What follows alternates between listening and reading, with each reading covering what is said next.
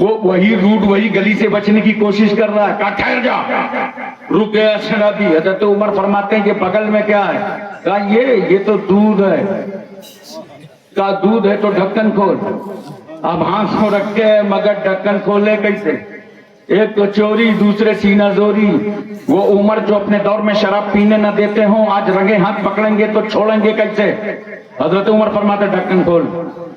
شرابی سمجھ گیا سارے راستے بند ہیں, صرف توبہ کا دروازہ کھلا ہے.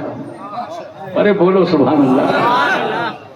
اب شرابی کا وجود, چہرہ, جس حضرت عمر کے سامنے, اور دل جھکا دیا اس نے خدا کی بارگاہ میں, رو پڑا.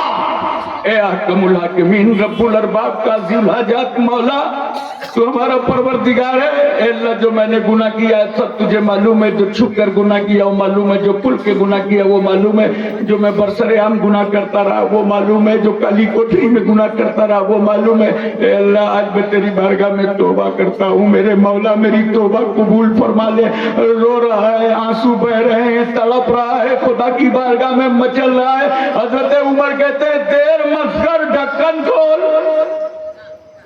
آخرکار شرابی نے ڈھکن کھول ہی دیا. تو صرف شرابی نہیں, حضرت عمر دیکھ رہے ہیں بوتل میں شراب نہیں ہے, اس میں تو تازہ دودھ نظر آ رہا ہے. حضرت عمر جیسے صحابی ہم جیسے لوگ ہوں تو آسانی سے مان جائیں. حضرت فاروق اعظم فرماتے ہیں سچ بتا واقعہ کیا ہے, معاملہ کیا ہے؟ کہا حضرت دودھ تھا, دودھ ہے. پہلے تو ڈرا نہیں تھا جب سفید جھوٹ بول رہا تھا, اب تو ڈگری ہی اس کے حق میں ہو گئی تھی. حضرت عمر فرماتے ہیں سچ بول. کہا جو مال ہے سامنے ہے.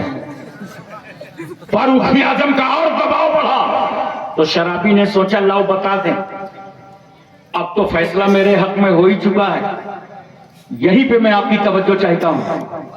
وہ بتانا چاہتا تھا, زبان پر جملے آ گئے تھے کہ بتا دوں شراب لے کے چلا تھا, مگر اللہ نے فاروق اعظم کو الہام فرما دیا, عمر بندے مارا رسوا مکن. عمر میرے بندے کو رسوا مت کرو, میرے بندے کو ذلیل مت کرو.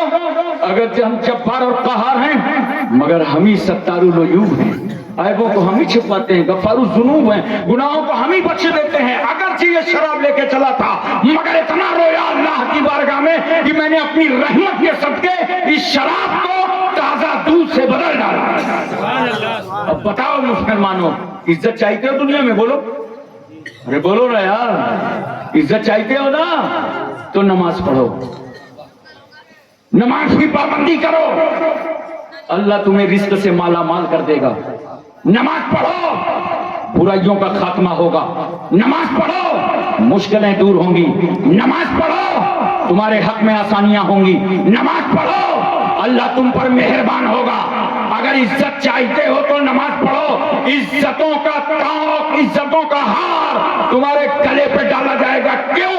اس لیے کہ جو خدا ایک شرابی کو ذلیل نہیں کرتا وہ مولا کسی نمازی کو کیسے ذلیل کرے گا.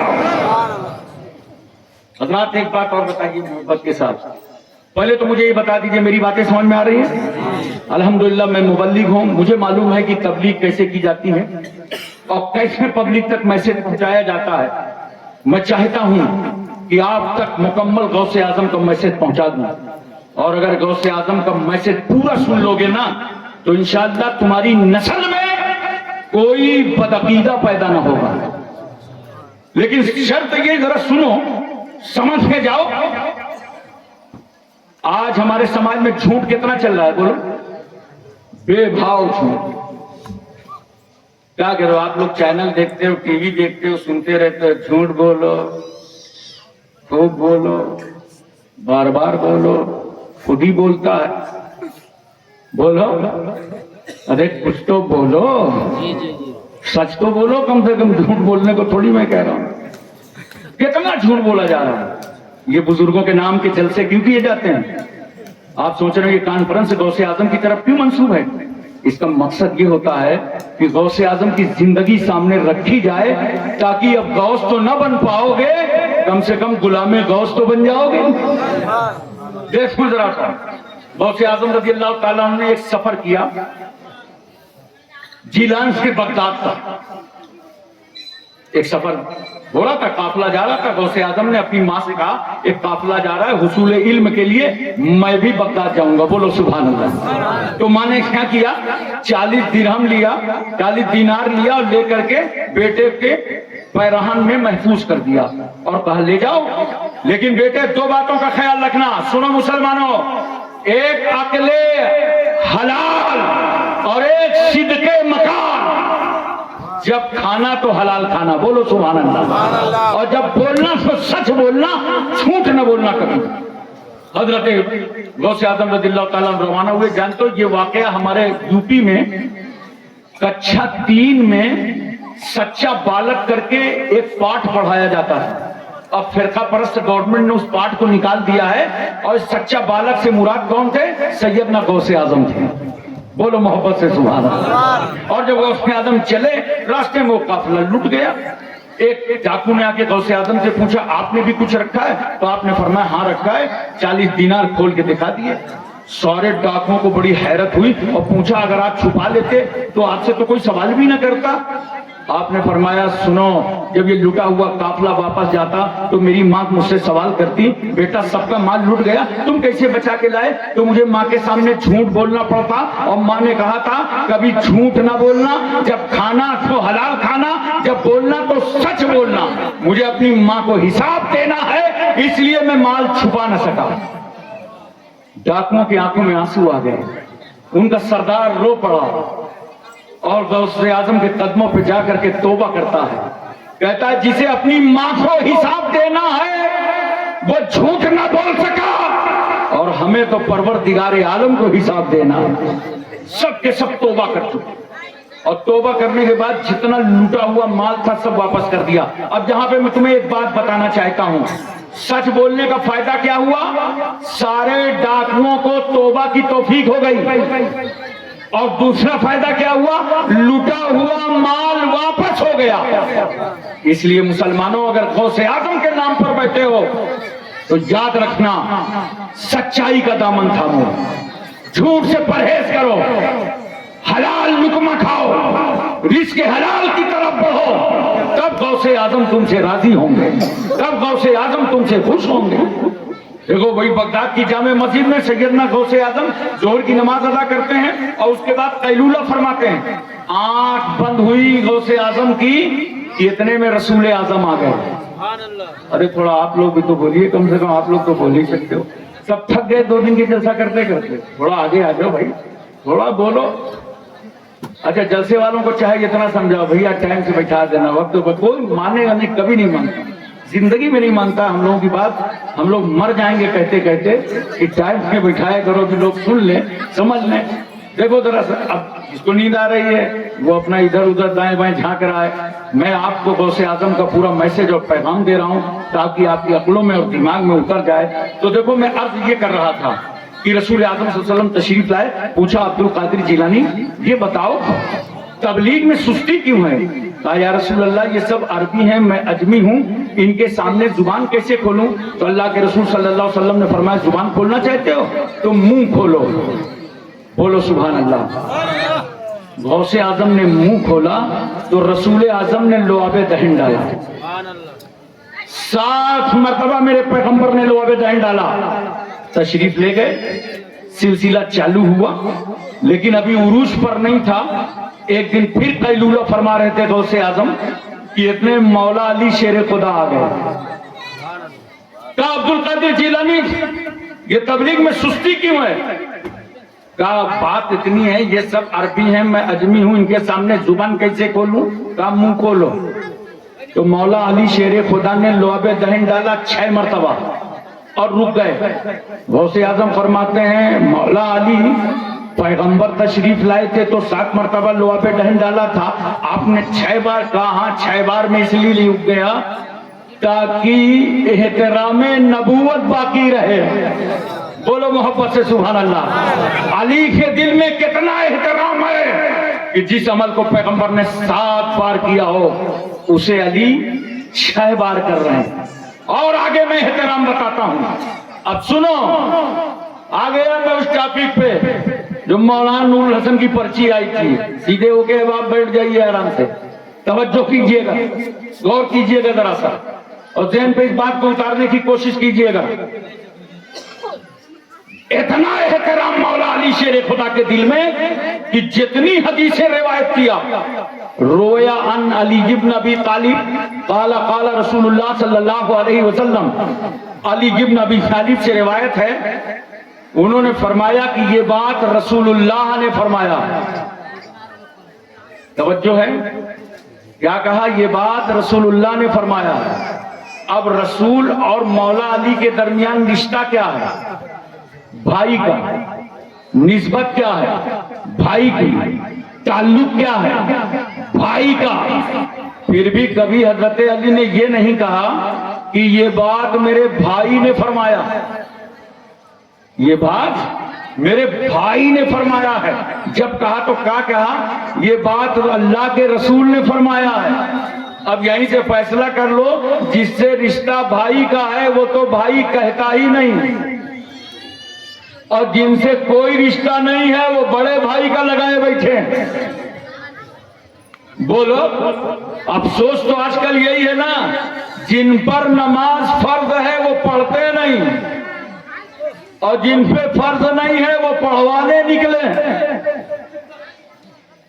توجہ کرو، حضرت عائشہ صدیقہ نے جتنی روایت کیا، رویا عن عائشہ قالت قال رسول اللہ صلی اللہ علیہ وسلم، حضرت عائشہ سے روایت ہے، انہوں نے فرمایا یہ بات رسول اللہ نے فرمایا ہے. کبھی نہیں کہا کہ یہ بات میرے شوہر نے کہا. توجہ کیجیے ذرا، یہ بات رسول اللہ نے فرمایا ہے. اب مجھے ایک بات بتاؤ اور محبت کے ساتھ یہ بات سمجھانے کی کوشش کرو. رشتہ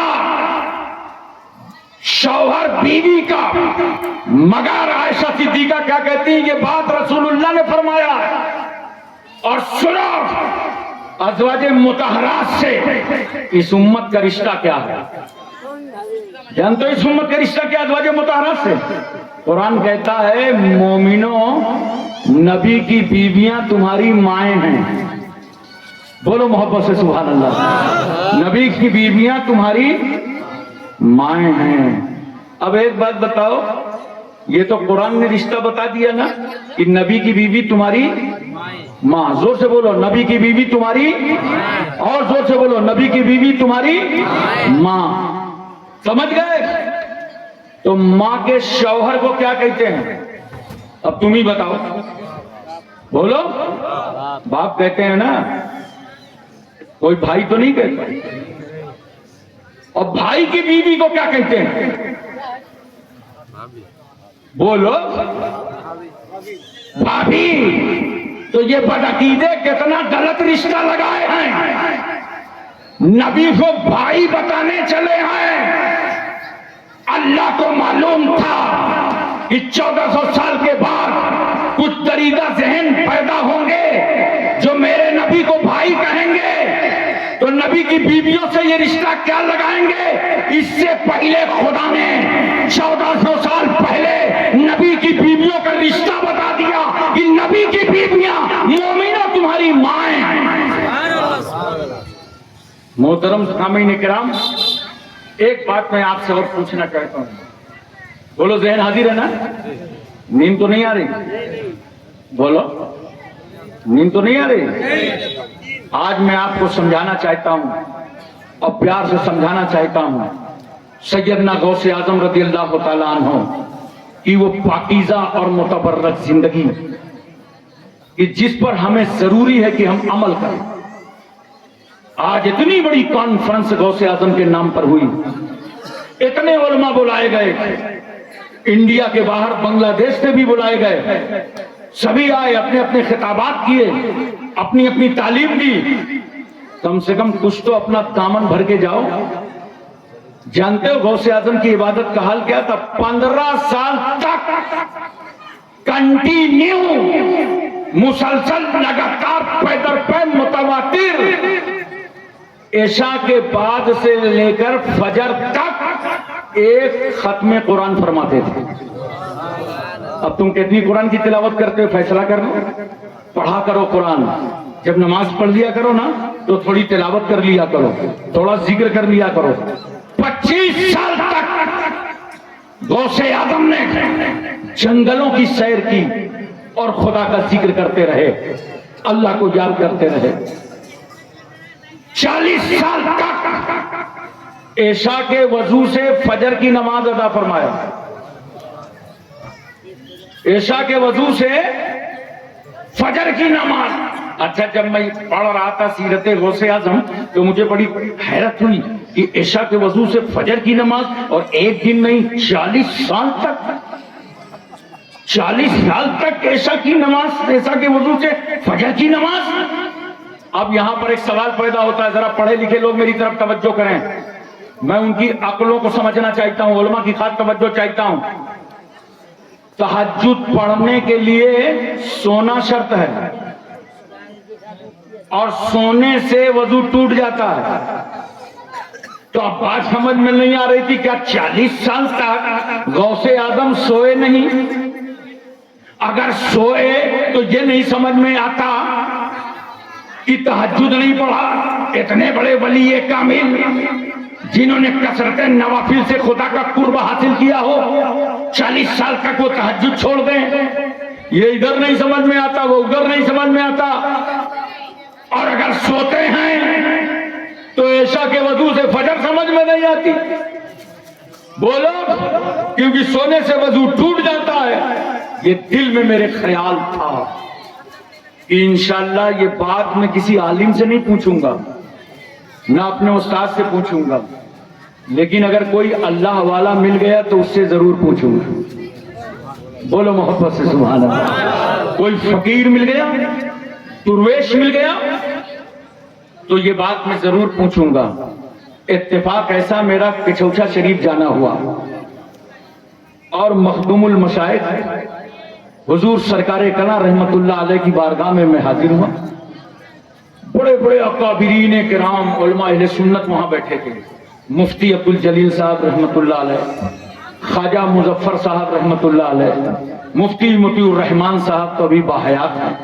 یہ سارے علماء بیٹھے ہوئے تھے اور اتنے میں بھی حضرت کی بارگاہ میں حاضر ہو گیا.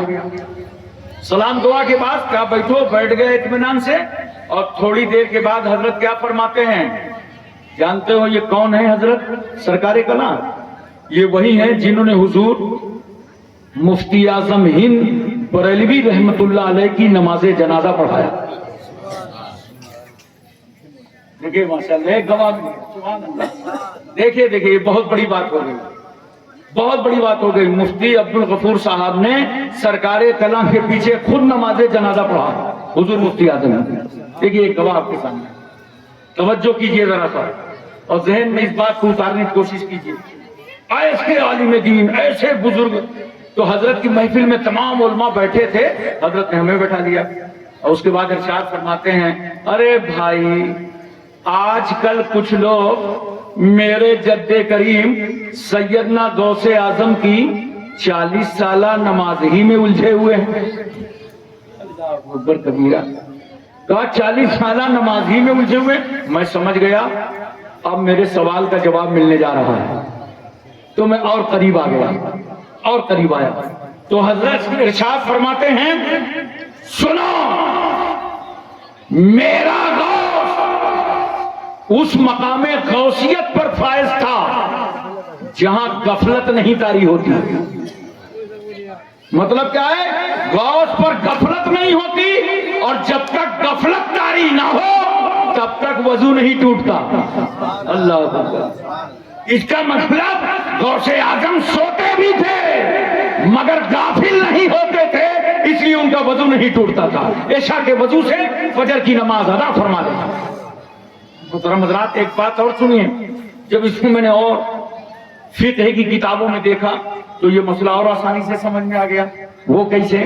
دیکھو نماز پڑھتے ہو نا, جمعہ والے دن جمعہ پڑھنے جاتے ہو, بولو مسجدوں میں. اور بہت سارے اللہ والے تو ایسے ہیں کہ ان کو نیند مسجد ہی میں آتی. جمعہ والے دن خوب موج مستی سے سوتے ہیں, ادھر گر رہا ہے, کوئی ادھر گر رہا ہے, کوئی آگے گر رہا ہے, کوئی پیچھے گر رہا ہے, کوئی آنکھ بند کی ہے. ابے 20 منٹ کا ٹائم بھی آج امام صاحب کو نہیں دے رہے ہو کہ کچھ قیمتی باتیں سن لو؟ چاروں طرف گر رہے ہو، پلٹ رہے ہو. جمعہ والے دن بہت سوتے ہیں لوگ. کیوں سوتے ہو؟ اس لیے کہ وہاں اکیلے پڑ جاتے ہو. جو ساتھ میں لگا رہتا ہے نا وہ تو مسجد کے باہر ہی رہ جاتا ہے. بولو تو اب ذرا سکون ملتا ہے. اللہ کے گھر میں تو نیند آ جاتی ہے آپ کو, اللہ کا ذکر سننے میں نیند آ جاتی ہے آپ کو. اب دیکھو سونے کا طریقہ سن لو. میں یہی کہتا ہوں کہ اگر پورے جلسے میں میری ایک بات پر بھی آپ نے عمل کر لیا تو جلسہ کرانے والوں کی محنت وصول ہو گئی. زور سے بولو سبحان اللہ, دل لگا کے بولو سبحان اللہ. اب سونے کا ڈھنگ دیکھو. اگر آپ بیٹھے بیٹھے سو جائیں, چاہے جلسے میں سو جائیں, جو لوگ سو رہے ہیں وہ بھی مسئلہ سن لیں, چاہے مسجد میں سو جائیں چاہے گھر میں سو جائیں, اگر یوں بیٹھے بیٹھے سو گئے اور نہ داہنے گرے نہ بائیں گرے نہ آگے گرے نہ پیچھے گرے, بیٹھے بیٹھے سو گئے تو آپ کا وضو نہیں ٹوٹے گا. بولو سبحان اللہ. ارے مسئلہ تو سن لو, وضو نہیں ٹوٹے گا. اور اگر آپ سجدے میں تھے, سجدے میں جا کے سو گئے لیکن ادھر ادھر گرے نہیں, تب بھی وضو نہیں ٹوٹے گا. اور اگر سجدے میں گئے, ادھر لڑک گئے, داہنے یا بائیں لڑک گئے, تو حکم دیا جائے گا کہ خروج من السبیلین کا امکان ہو گیا, لہذا اب اس کا وضو ٹوٹ گیا. بولو پوری توجہ ہے, ذہن حاضر ہے. یہ تو مردوں کا مسئلہ ہے, یہاں پہ عورتوں کا الگ ہے. سن لو میری ماں بہنوں, مرد سجدے میں سو جائے جب تک دائیں بائیں نہ گرے تو وضو نہیں ٹوٹتا, لیکن عورت جب سجدے میں جاتی ہے دائیں بائیں گرے یا نہ گرے, اگر عورت سجدے میں سو گئی تو وضو ٹوٹ جائے گا. کیوں؟ مرد کے سجدے میں جانے کا جو طریقہ ہے اس میں استرخاء نہیں پایا جاتا, اعضاء میں ڈھیلا پن نہیں ہوتا. عورت کے سجدے میں جو جانے کا طریقہ ہے اس میں استرخاء پایا جاتا ہے, اعضاء میں ڈھیلا پن. اس لیے حکم دے دیا جائے گا کہ یہ سو گئی تھی لہذا اس کا وضو ٹوٹ گیا. دونوں مسئلے سمجھ میں آ گئے؟ بولو. قسم خدا کی اگر ایک مسئلہ آپ نے یہ یاد کر لیا دین کا اور 10 آدمیوں کو بتا دیا تو یہ پوری کانفرنس سے کامیاب ہوگا. بولو پورا ذہن حاضر ہے نا, پوری توجہ ہے. اب میں ایک بات آپ کے سامنے اور عرض کرنا چاہتا ہوں, محبت کے ساتھ بتانا چاہتا ہوں کہ جب غوث اعظم ایسے مقام پر جہاں غفلت نہیں طاری ہوتی, غافل نہیں ہوتے, وضو نہیں ٹوٹتا. ارے بھائی جب مومن سو جائے نماز میں اور مومن سے وضو نہ ٹوٹے تو جو مومنوں کا مومن ہو, جو مومنوں کا امام ہو, اس غوث اعظم کا وضو کیسے ٹوٹے؟ حضرات غوث اعظم غوث ایسے ہی نہیں بنتا, آسانی سے نہیں بنتا. اور جانتے ہو غوث کی نماز جنازہ غوث ہی پڑھاتا ہے. توجہ ہے, غوث کی نماز جنازہ غوث ہی پڑھاتا ہے. پوری غوث اعظم کی تاریخ پڑھ ڈالو, اتنے فتوے لکھے, اتنی کتابیں لکھی, اتنی زندگی گزارا, اتنے مرید تھے, سب کچھ ملے گا. یہ نہیں ملے گا کہ غوث اعظم رضی اللہ تعالیٰ عنہ کی نماز جنازہ کس نے پڑھایا. اگر کسی کو معلوم ہو تو بتاؤ, میرے علم میں اضافہ ہو جائے گا. یہ نہیں ملے گا کہ غوث اعظم کی نماز جنازہ کس نے پڑھایا. کیوں؟ اس لیے کہ غوث کی نماز غوث پڑھاتا. جب جنازہ رکھا گیا ہوگا تو اس زمانے کے جو غوث رہے ہوں گے وہ آئے ہوں گے اور نماز جنازہ پڑھ کے چلے گئے. جیسے حضور مخدوم سمنانی کچھوچوی تاریخ السلطنت غوث العالم مخدوم اشرف کچھوچوی کی نماز جنازہ کس نے پڑھایا؟ بتائے مجھے کوئی, میرے علم میں اضافہ ہو جائے گا. پوری تاریخ ملتی ہے, رسالہ قبریہ ملتا ہے, فتاوی اشرفیہ ملتا ہے, صحائف اشرفی, لطائف اشرفی, کتنی کتابیں ان کی طرف منسوب ہیں, ساری کتابیں ملتی ہیں. بہت بڑے عالم دین تھے لیکن وہ غوث العالم بھی تھے, مقام غوثیت پر فائز تھے. سب کچھ ملتا ہے, یہ نہیں ملتا کہ مخدوم اشرف کچھوچوی کی نماز جنازہ کس نے پڑھایا. چونکہ یہ غوث تھے, اس زمانے کے جو غوث رہے ہوں گے وہ آئے اور پڑھا کے چلے گئے. اور ایک بات سن لو, غوث کے کنٹرول میں, قبضے میں ادوار زمانہ ہوتا ہے. یہ زمانے کا دور غوث کے قبضے میں اللہ تعالیٰ دے دیتا. اور اس کو تو مولانا نورل اسلام صاحب میں نے کئی بار آزمایا.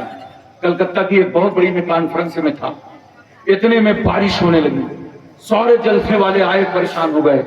کہا حضرت بڑی مشقت سے جلسہ سجایا ہے, جیسے آپ لوگوں نے کتنی محنت مشقت سے پنڈال بنایا, ماشاءاللہ کتنا بڑا انتظام کیا ہے. توجہ کیجئے, صدر, سیکریٹری, ممبران, عہدیداران, معاونین, اللہ تعالیٰ سب کی خدمتوں کو قبول فرمائے, سب کو غوث اعظم کا صدقہ عطا فرمائے. ان لوگوں نے سجاوٹ کی تھی, بہت اچھا پروگرام رکھا تھا. کہنے لگے تو بارش ہونے لگی. میں نے کہا پریشان نہ ہو, کہا دعا کر دیجئے بارش رک جائے. میں نے کہا بھائی دیکھو بارش اللہ کی رحمت ہے, میں کبھی رحمت روکنے کی دعا نہیں کرتا ہوں. ہاں ایک دعا یہ دیتا ہوں کہ بارش بھی ہوتی رہے اور آپ کا جلسہ بھی ہوتا رہے. بولو محبت سے سبحان اللہ. بولے ہم تو چاہتے ہیں ہمارا جلسہ ہو. میں نے کہا سنو, ایک سرخ رنگ کا کپڑا لیا, رومال برابر. جب لے آئے تو میں نے کہا بھائی اس میں 11 روپے لاؤ.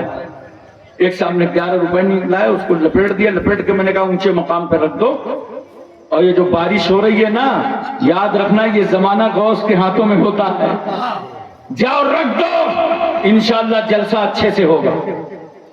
پھر رات بھر جلسہ گاہ میں بارش نہیں ہوئی اور جلسہ ہوتا رہا. صبح آئے وہ لوگ, آپ کیا کریں؟ میں نے کہا وہ 11 روپے کی شیرینی منگاؤ اور محلے کے چھوٹے چھوٹے بچوں پہ تقسیم کرو. یہ ایک بارش کی بات نہیں ہے. ایک بار کانپور میں ایک جگہ میرپور چھاونی ہے, وہاں بھی الحمدللہ یہ عمل کامیاب ہوا. ایک بار اناؤ میں ایک جگہ ہے گنگا پار, وہاں بھی بارش ہونے لگی, یہ عمل کامیاب ہوا. تو آپ یاد رکھیے یہ زمانہ غوث اعظم کے قبضے میں ہوتا ہے, زمانے کا دور غوث کے قبضے میں ہوتا ہے. اسی لیے تو کہتے ہیں کہ چاند سورج غوث کو سلام کرتے ہیں. ان کی محفل آپ نے سجائی ہے. ایک آخری بات سن لیجئے محبت سے, بولو ذہن حاضر ہے, توجہ ہے پوری, دیکھیے اور دماغ میں سے اچھی طریقے سے اتارنے کی کوشش کیجئے. رمضان شریف کا زمانہ ہے, ایک مرید آتا ہے غوث اعظم کی بارگاہ میں اور آ کر کے کہتا ہے کہ حضرت آج میرے گھر میں افطار فرما لی. تو حضرت نے فرمایا ٹھیک ہے, منظور ہے, افطار کر لیں. اب مریدوں کے اندر تو بڑا حصہ ہوتا ہے نا, دیکھ لیا کہ ایک کے گھر پیر صاحب جا رہے ہیں, دوسرا بھی تیار ہو گیا. دوسرا آیا, کہا حضرت افطار کی دعوت قبول کر لیجئے میرے گھر. تو حضرت نے فرمایا تمہاری بھی قبول ہے. اتنے میں تیسرا آیا, کہا حضرت میرے گھر, فرمایا تمہاری بھی قبول ہے.